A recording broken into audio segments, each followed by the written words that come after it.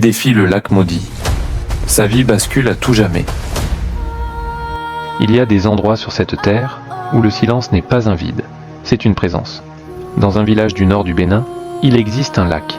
Pas de légende écrite, pas de panneau, juste une règle que tout le monde connaît. Ne mens jamais devant ses eaux. Et cette histoire, c'est celle de Kouagou, un homme qui croyait que les mythes, c'était pour les faibles. Il avait tort. Nous sommes à Koussou-Kouangou, un village que tu ne trouveras sur aucune carte touristique. Pas de panneaux lumineux, pas d'asphalte brillant, juste des cases en banco, des enfants qui jouent au coucher du soleil, et ce parfum de terre rouge après la pluie. Un village ordinaire, sauf pour une chose. À l'est du village, il y a un lac, le lac Nanto. Si tu t'y rends un matin, tu remarques quelque chose d'étrange. Les femmes qui vont au champ ne passent jamais par là. Les enfants qui jouent partout s'arrêtent à une certaine distance, comme si leurs pieds connaissaient une frontière invisible. Le lac Nanto est calme, trop calme. Pas une vague, pas un reflet troublé. Même quand le vent souffle fort dans les acacias, l'eau, elle, ne bouge pas, comme si elle écoutait. Les anciens du village ne font pas de grands discours à ce sujet. Ils ne racontent pas d'histoires compliquées. Ils disent juste une chose, une seule. Tu peux mentir aux hommes, tu peux mentir à ta femme, tu peux mentir à toi-même, mais devant le lac Nanto, la vérité, elle, ne reste jamais cachée.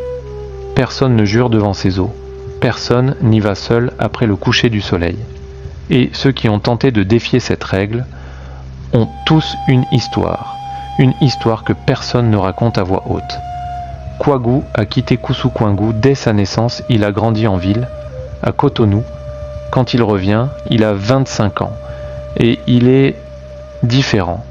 Il est habillé autrement, il parle avec les mains, il a ce sourire de quelqu'un qui a vu le monde, mais il y a quelque chose dans ses yeux, comme s'il regardait son propre village à travers une vitre. Le premier soir, la famille est réunie. La mère pleure de joie, les cousins rient fort. On mange ensemble pour la première fois depuis des années. Mais dès le lendemain, ça commence. Kouagou entend les histoires du lac, un voisin qui avait juré de rembourser une dette devant le lac, et qui avait tenu parole ou perdu la raison, une femme qui avait promis fidélité à son mari sur ses rives, et qu'on ne revit plus jamais. Kouagou écoute, et il rit, pas méchamment, plutôt comme quelqu'un qui a pitié. Franchement, vous croyez encore à ces trucs-là? Un lac qui punit les menteurs? C'est du folklore, c'est pour faire peur aux enfants. Silence dans la pièce. Sa mère baisse les yeux, ses cousins regardent ailleurs, et un vieux, assis dans l'angle de la pièce, un homme que Kouagou ne connaît pas vraiment, le fixe longuement. Puis il dit, d'une voix très calme, « Ce n'est pas le lac que tu dois craindre, jeune homme, c'est ce qu'il sait. » Déjà, Kouagou sourit encore. Mais cette nuit-là, il ne dort pas très bien. Le lendemain matin arrive, et Kouagou a pris une décision. On ne sait pas exactement pourquoi. Peut-être pour prouver quelque chose. Peut-être parce que les paroles du vieux l'ont agacé toute la nuit. Peut-être parce qu'il a besoin de se prouver à lui-même que ses peurs d'enfant ne le touchent plus. Il annonce qu'il va au lac. Le mot se répand vite dans le village, comme si l'air lui-même le portait. Et ce matin-là, malgré les mises en garde, Kouagou prend le chemin de terre vers le lac. Il n'est pas seul, derrière lui, des voisins, des cousins, des femmes avec leurs enfants dans les bras, et le vieux, toujours silencieux. Le chemin vers le lac semble plus long que d'habitude. Ou peut-être que c'est le silence qui étire le temps, même les oiseaux ont arrêté de chanter. Kouagou avance, chaque pas sur la terre rouge, chaque souffle. Il arrive au bord de l'eau, et là, il s'arrête. Malgré lui, le lac Nanto est là, devant lui, exactement comme on le lui avait décrit, parfaitement immobile. Un miroir noir sous le ciel de saison sèche, pas un reflet troublé, pas un bruit. Kouagou déglutit, puis il se ressaisit. Il s'avance jusqu'au bord, s'accroupit, plonge sa main dans l'eau, elle est froide, étrangement froide pour ce mois-ci. Et devant tout le village, il dit d'une voix forte, presque agressive, « Je jure devant ce lac que je n'ai jamais volé, que je n'ai jamais menti, pas à ma famille, pas à mon village, jamais. » Un murmure traverse la foule derrière lui. Certains se regardent, certains baissent les yeux, parce que ils savent pas tout, mais des choses. Le lac ne bouge pas. L'eau reste parfaitement calme, rien. Kouagou se relève, se retourne vers la foule et sourit. Vous voyez, rien du tout. Il tourne le dos au lac et s'en va. Au soir du 3e jour, quelque chose commence. Cette nuit-là, Kouagou fait un rêve.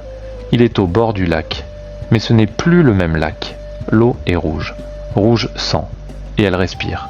Du fond, une voix l'appelle, doucement, par son prénom. Kouagou, Kouagou. Il se réveille en sueur. Il est 3 heures du matin. Il reste assis sur sa natte jusqu'au jour. Le lendemain, tout va bien, en apparence. Mais au cours de la journée, il entend son nom. Alors qu'il est seul dans la cour, il se retourne. Rien.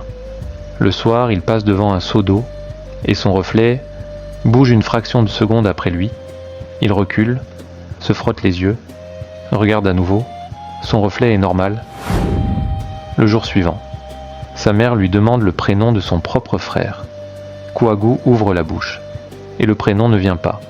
Un prénom qu'il a prononcé des milliers de fois. Disparu. C'est là que la peur s'installe vraiment, pas la peur des histoires, pas la peur du folklore, une peur viscérale, celle de perdre quelque chose qu'on ne peut pas nommer. Le 5e jour, une femme arrive, une très vieille femme, que personne n'a appelée. Elle entre dans la cour, ne salue personne, ne s'assoit pas. Elle regarde la mère de Kouagou et dit simplement « Le lac ne punit pas, il révèle. » Et elle repart. Ce soir-là, la mère de Kouagou pleure, pas de désespoir, de honte, parce qu'elle sait, il y a 12 ans, Kouagou était encore là. L'oncle Mepo avait confié de l'argent à Kouagou. L'argent avait disparu. Et Kouagou avait accusé un autre, un cousin, un jeune homme qui avait été chassé du village, qui n'était jamais revenu. Kouagou avait tout nié, devant tout le monde, et les années avaient recouvert l'histoire. Comme la poussière recouvre les traces, mais pas devant le lac Nanto. Devant le lac Nanto, rien n'est recouvert, jamais. 6 jours après son défi, Kouagou disparaît. Sa mère s'en aperçoit au soir. Sa natte est vide, ses affaires sont là. Sa chaussure, devant la porte. On cherche toute la nuit, dans le village, dans les champs, dans les cases voisines.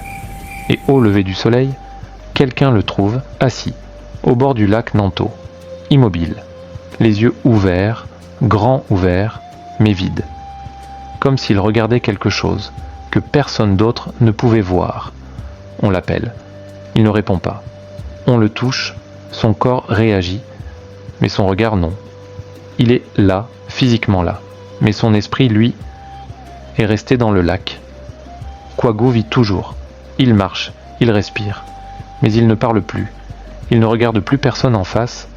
Chaque matin, sans que personne ne l'amène, il se retrouve au bord du lac Nanto, assis à la même place, les pieds dans l'herbe sèche, le regard sur l'eau, comme s'il attendait quelque chose, ou comme si quelque chose l'attendait lui, envoyé par la mère de Kouagou. Le cousin qui avait été chassé fut rappelé. Les choses ont été dites, les torts reconnus, mais Kouagou, lui, n'est pas revenu. Pas complètement. Dans le village, aujourd'hui, personne ne parle fort près du lac Nanto. Personne ne rit de ces histoires. Pas parce qu'ils ont peur, mais parce qu'ils ont compris quelque chose. Certaines vérités, on peut les enterrer. On peut partir loin. On peut changer de vêtements, d'accent, de vie. Mais elles restent là, immobiles, comme l'eau d'un lac qui n'a pas de fond. Ce n'est pas la peur qui garde les traditions en vie. C'est la mémoire de ceux qui les ont ignorées. Cette histoire vient du Nord Bénin. Elle ne se trouve dans aucun livre. Elle se raconte le soir à voix basse. Et toi, est-ce que tu crois que ces mythes africains sont là pour protéger? Ou pour avertir de quelque chose de plus profond? Dis-moi dans les commentaires. Et si tu connais une histoire comme celle-là dans ta région, raconte-la moi. Peut-être qu'elle deviendra la prochaine.